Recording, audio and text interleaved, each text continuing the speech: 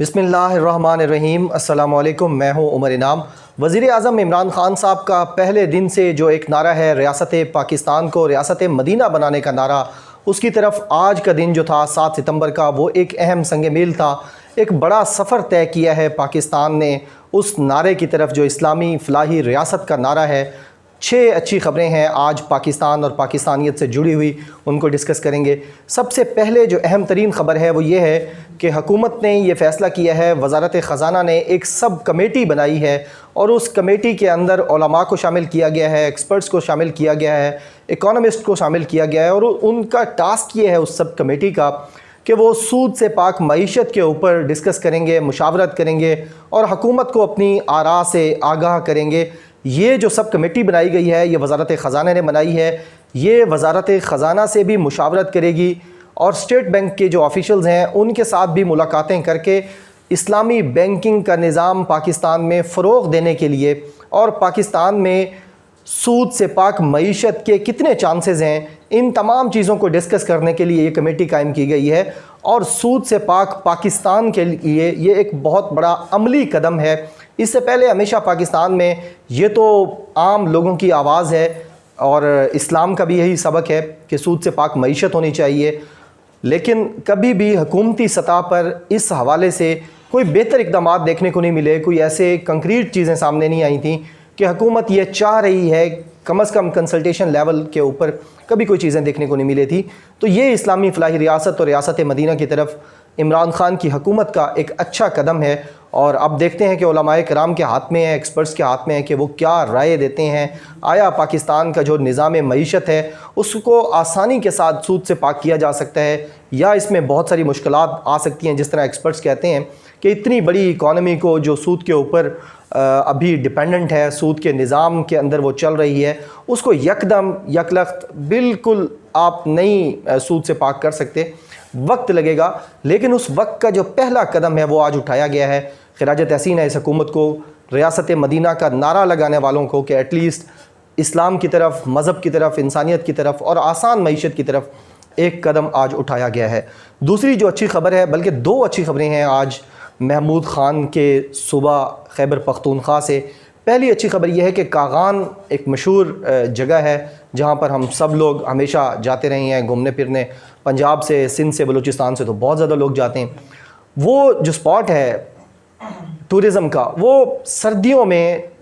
کا ایک بڑا سیزن بند رہتا ہے۔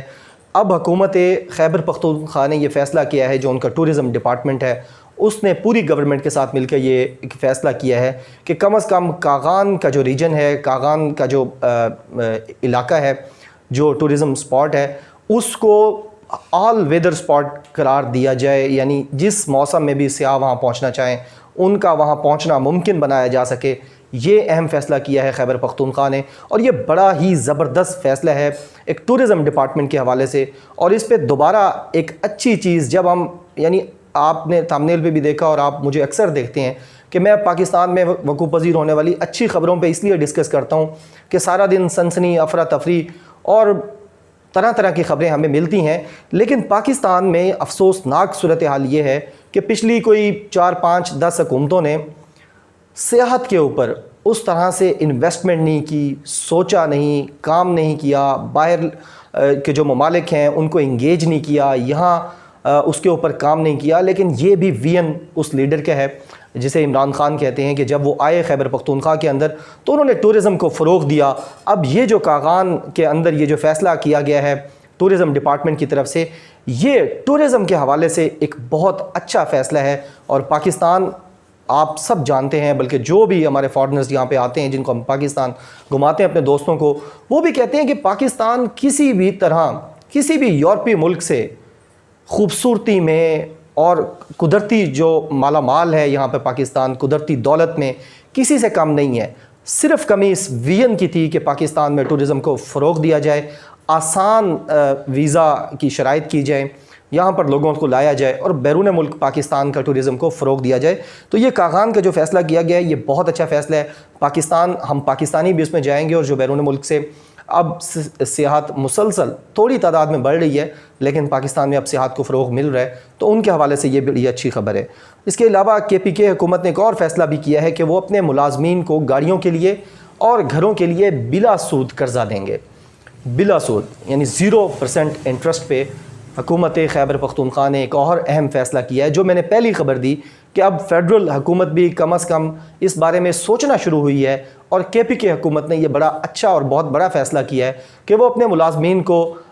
بالکل 0 سود کے اوپر وہ قرضے دیں گے ملازمین کو، ان کی گاڑیوں کے لیے اور ان کے گھروں کے لیے۔ تو یہ جو چھوٹے ملازمین ہیں، ایک گھر کا خواب ہر ملازم کا ہوتا ہے، اور چھوٹے جو ملازم ہوتے ہیں وہ اپنی پوری زندگی کی سروس کے بعد بھی نہ گھر بنا سکتے ہیں نہ گاڑیاں بنا سکتے ہیں، لہٰذا اگر اس کو بہتر انداز میں کیا جائے اور حکومت اس پر پوری توجہ دے تو یہ جو ہمارے مڈل کلاس ہے، ملازمین جو ہوتے ہیں،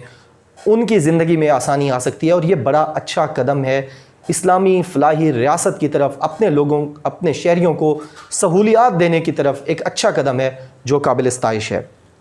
اس کے علاوہ ISPR کی طرف سے ایک اچھی خبر سامنے آئی کہ وزیرستان کے اندر ایک ہائی پروفائل ٹیررسٹ کو ایلیمینیٹ کیا گیا ہے، وسیم زکریا۔ انٹیلیجنس بیسڈ آپریشن تھا یہ ISPR کے مطابق، اور ہائی پروفائل یہ کوئی ٹیررسٹ تھے جو پاکستان میں بہت زیادہ دہشت گردی کی کارروائیوں میں ملوث رہے ہیں، ان کو انٹیلیجنس بیسڈ آپریشن کر کے آج خاتمہ کیا گیا ہے، خس کم جہاں پاک۔ ایک اور اچھی خبر جو ہے، اچھا اسی کے ساتھ ایک اور چیز بھی یہاں ڈسکس کرنے کے قابل ہے، وہ یہ کہ پاکستان فوج کے اوپر جب ہم بات کرتے ہیں، تنقید کرنا جائز ہے پاک فوج کے اوپر۔ آپ ان کی کوئی غلط پالیسی ہے، کوئی غلط سٹیٹمنٹ ہے، کوئی آپ کو ان کی چیز بری لگتی ہے، لیکن اس میں جو غیر ملکی ایجنڈا ہے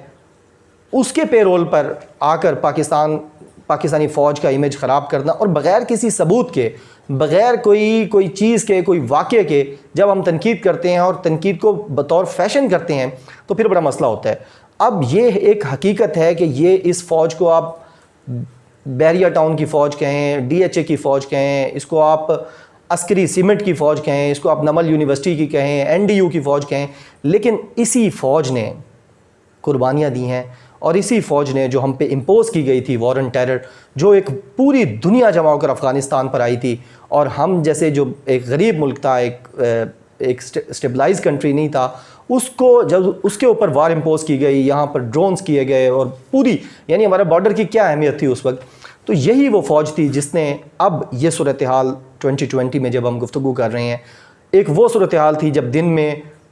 3 جو ہمارے صوبائی دارالحکومت ہوتے تھے وہاں پہ خودکش ہوتے تھے، 1 لاکھ پاکستانیوں نے جانیں قربان کی ہیں، لیکن یہ پاکستان فوج کے کریڈٹ کے اوپر ہے کہ اس نے انسرجنسی کو، جو اس ملک کے اندر TTP جیسے ناسور ایک پیدا ہو گئی تھی،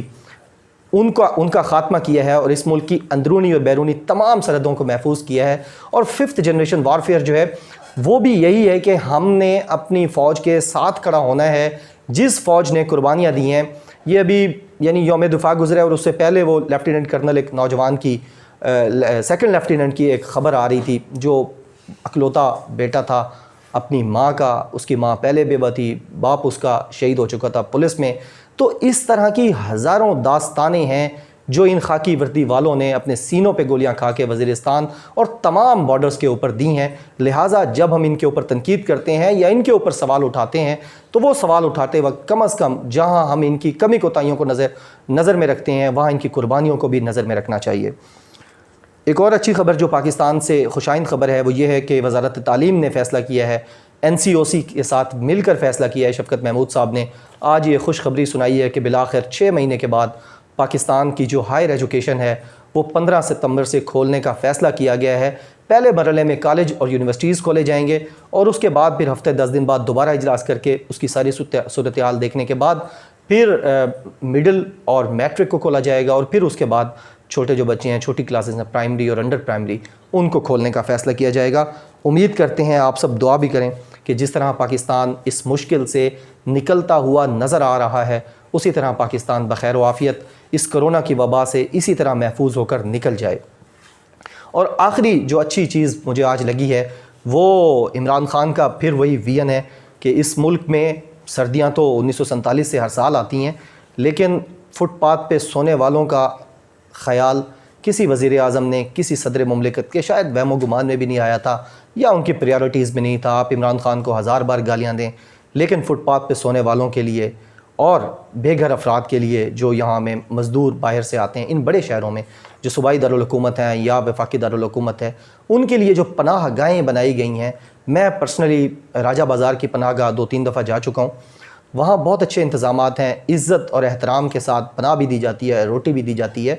تو یہ آج وزیر اعظم نے دورہ بھی کیا ہے، وہاں کھانا بھی کھایا مزدوروں کے ساتھ۔ ایک اچھا ایک کاوش ہے، ایک اچھا جیسچر ہے اسلامی فلاحی ریاست کی طرف کہ آپ کا حکمران آپ کے کم از کم دکھ درد کو سمجھتا ضرور ہے، وہ حل کر سکے یا نہ کر سکے اس کی کیا وجوہات ہیں، لمبی بحث ہے، لیکن یہ وہ چند چیزیں ہیں ٹورزم کے اوپر، سود سے پاک معیشت کے اوپر، اور پھر یہ جو غریبوں کا ہمدرد اور غریبوں کا احساس ہے، یہ عمران خان کے کریڈٹ کے اوپر ہیں۔ اللہ تعالیٰ پاکستان کو ہمیشہ ترقی اور خوشحالی کی طرف گامزن رکھے۔ اپنا بہت زیادہ خیال رکھیے گا۔ اللہ حافظ۔ پاکستان زندہ باد۔